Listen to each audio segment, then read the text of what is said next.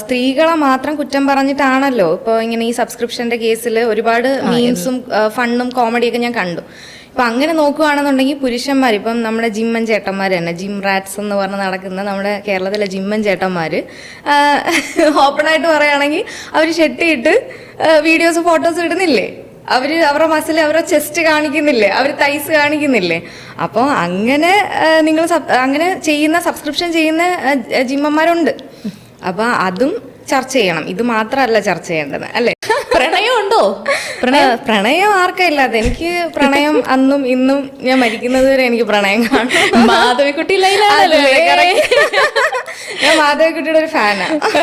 ഇപ്പം ശാരീരിക സൗന്ദര്യം എന്ന് പറയുന്നത് അത് മെലിഞ്ഞിരിക്കണം, അല്ലെങ്കിൽ ഒരു ജിമ്മായിട്ടൊരു ഫിസിക്ക് വേണം, അങ്ങനെയൊന്നുമില്ല. ഒരാളുടെ കോൺഫിഡൻസ് ആണ്, അവരുടെ ശരീരം അവർക്ക് കോൺഫിഡൻ്റ് ആയിട്ട് പ്രസൻറ്റ് ചെയ്യാനുള്ള ഒരു കോൺഫിഡൻസ് ആണ് വേണ്ടുന്നത്. ചിലപ്പോൾ ചിലർ നല്ല വണ്ണമുള്ളവർ കാണും, പക്ഷെ അവർ എക്സ്പോസ് ചെയ്യുന്നുണ്ടായിരിക്കും, അത് അവരുടെ കോൺഫിഡൻസ് ആണ്. അല്ലാതെ അവർക്ക് മറ്റേ എന്തോ സെക്ഷുവലി അവർ ഫ്രസ്ട്രേറ്റഡ് ആയിട്ട് കാണിക്കുന്നതല്ല. അവരത് കോൺഫിഡൻസ് ഉണ്ടായതുകൊണ്ടാണ് അവരുടെ ശരീരം, അവർ ഇപ്പം വണ്ണം ഉണ്ടെങ്കിൽ പോലും അവർ ബിക്കിനി ഇട്ട് അവർക്ക് നടക്കാൻ അവർക്ക് കോൺഫിഡൻസ് ഉണ്ടെങ്കിൽ അവർ നടക്കട്ടെ. നോട്ടിഫിക്കേഷൻ ഇങ്ങനെ വരുന്നു, അപ്പൊ നീ ഓക്കെ ഞാൻ റീച്ചായി ക്ലിക്കായി എന്നൊരു തോന്നല് വന്നോ? ഇല്ല, അങ്ങനെ തോന്നാനുള്ളൊരു സമയം എനിക്ക് കിട്ടിയില്ല. കാര്യം ഞാൻ ഇതിലങ്ങ് എൻഗേജ്ഡ് ആയി പോയി.